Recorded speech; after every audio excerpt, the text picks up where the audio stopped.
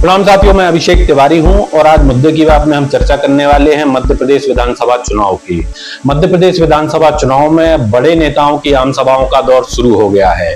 सागर जिले की सुरखी विधानसभा, जो कि एक हाई प्रोफाइल सीट है, जहां से मंत्री गोविंद सिंह राजपूत चौथी या पांचवी बार चुनावी मैदान में है, वहां कांग्रेस ने राहतगढ़ के पूर्व नगर परिषद अध्यक्ष नीरज शर्मा को अपना प्रत्याशी बनाया है।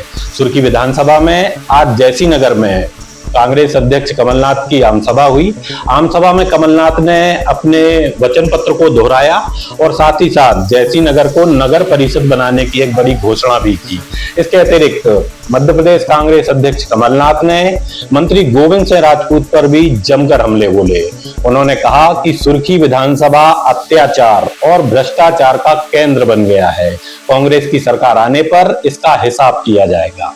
देखिए भारत बाबा की एक खास रिपोर्ट। मध्य प्रदेश के सागर जिले की हाई प्रोफाइल विधानसभा सीट सुरखी में आज कांग्रेस और भाजपा प्रत्याशी के पक्ष में दोनों ओर से बड़ी जनसभाओं का आयोजन किया गया और आरोप प्रत्यारोप लगाए गए। सुरखी के जैसी नगर में जहां कांग्रेस अध्यक्ष कमलनाथ ने जनसभा को संबोधित करते हुए भाजपा सरकार, मुख्यमंत्री शिवराज सिंह चौहान और भाजपा प्रत्याशी गोविंद सिंह राजपूत को आड़े हाथों लिया, तो राहतगढ़ में केंद्रीय मंत्री भूपेंद्र यादव और केंद्रीय राज्य मंत्री प्रहलाद पटेल ने मंत्री गोविंद सिंह राजपूत के पक्ष में जनसभा को संबोधित करते हुए भाजपा के विकास कार्यों एवं गरीब कल्याण की योजनाओं को गिनाया।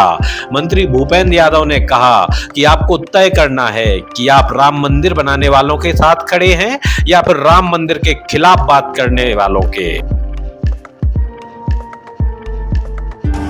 मैं सबसे पहले बुंदेलखंड की इस पवित्र भूमि को प्रणाम करता हूँ। यहाँ आप इतनी संख्या में आए, मुझे बल और शक्ति मिली।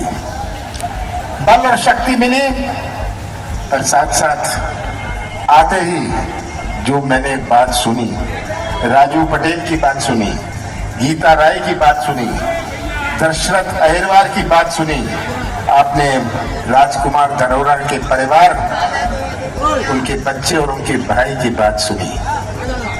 मुझे ताज्जुब हुआ कि मैं सुरखी जैसी नगर आया हूं या मैं अत्याचार और भ्रष्टाचार के केंद्र में आया हूं।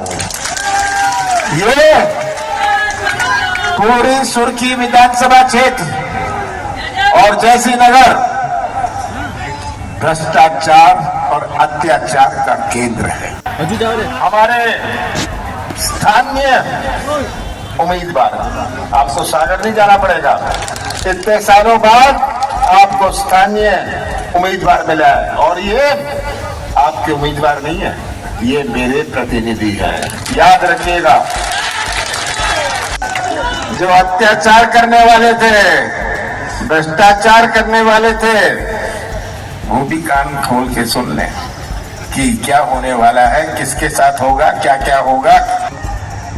कांग्रेस का कार्यकाल था, कांग्रेस का कार्यकाल था 15 महीनों के। आपने चुना कांग्रेस को, पिछले चुनाव में आपने कांग्रेस को जिताया था ना 5 साल पहले। सही बात है, 5 साल पहले आपने कांग्रेस को जिताया था। कांग्रेस की सरकार बनी, 15 महीने के लिए कांग्रेस की सरकार बनी, जिसमें से 2.5 महीने लोकसभा चुनाव और आचार संहिता में गए। 11.5 महीने मेरे पास थे। हमने अपनी नीति और नियत का परिचय दिया। कौन सी गलती करी मैंने? अगर 27 लाख किसानों का कर्जा पहली किश्त में माफ किया, और जहां हमने सागर में 4,500 किसानों का कर्जा माफ पहली किश्त में किया, ये केवल डिफॉल्टर किसान नहीं, चालू खाते वाला किसान।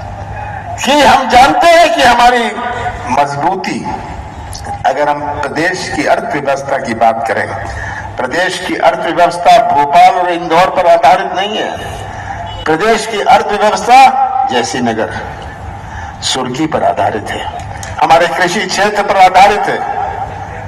हमारे कृषि क्षेत्र से जुड़े हुए नौजवान तो अच्छी पढ़ाई कर पाएगा, अच्छे कपड़े पहन पाएगा, अगर उसके परिवार की आर्थिक मजबूती होए। बिना बांध के मुआवजे की बात है, चिंता मत करिएगा। जितना मुआवजा छिंदवाड़ा में मैं देता हूं उतना मुआवजा आपको मिलेगा। छिंदवाड़ा वालों से पूछ लीजिएगा कितना मुआवजा उनको मिलता है, ये आपको भी मिलेगा। और मैंने जैसे कहा, हम एक न्याय के समय की शुरुआत होगी। आप हमारे गुलाम नहीं होंगे, आप हमारे साथी होंगे। मैं राजा नहीं हूं, मैं महाराजा नहीं हूं। शिवराज सिंह कहते हैं ना, मैं किसान का बेटा हूं। मैं किसान का बेटा नहीं हूं, मैं मामा नहीं हूं, मैं आपका भाई हूं। और भाई का रिश्ता आपसे निभाऊंगा। आपके ऊपर, आपके हाथ में आपका भविष्य है, मुझे पूरा विश्वास।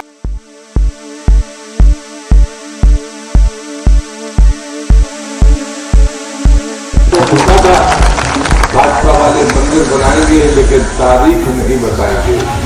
राहुल बाबा 22 तारीख है, हिंदुस्तान का हिंदू हो या दुनिया का हिंदू, वो गर्व करेगा। और 22 तारीख के बाद 450 साल की गुलामी और संघर्ष के बाद भाग्यशाली लोग वहां जाकर दर्शन भी करेंगे और पूजन भी करेंगे। तो नई तरक्की, नई शुरुआत और पारदर्शिता और गरीब आदमी का पैसा उसके हक में ले जाने की बात करिए। ये प्रधानमंत्री नरेंद्र मोदी जी का शासन है, जिसको हमने मध्य प्रदेश से लेकर के पूरे देश में किया। मध्य प्रदेश विधानसभा चुनाव में अब प्रत्याशी चयन और बगावत का दौर थमने के बाद असल चुनाव की शुरुआत हो चुकी है। प्रारंभिक स्तर पर जहां माना जा रहा था कि इस विधानसभा में कांग्रेस या भाजपा का प्रत्याशी कमजोर है, ऐसा कहीं नहीं है। दोनों ओर से टसल का मुकाबला है और आने वाले 15 दिनों में यह और अधिक बढ़ने वाला है। देखने के लिए बहुत बहुत धन्यवाद। जय हिंद, जय गौर।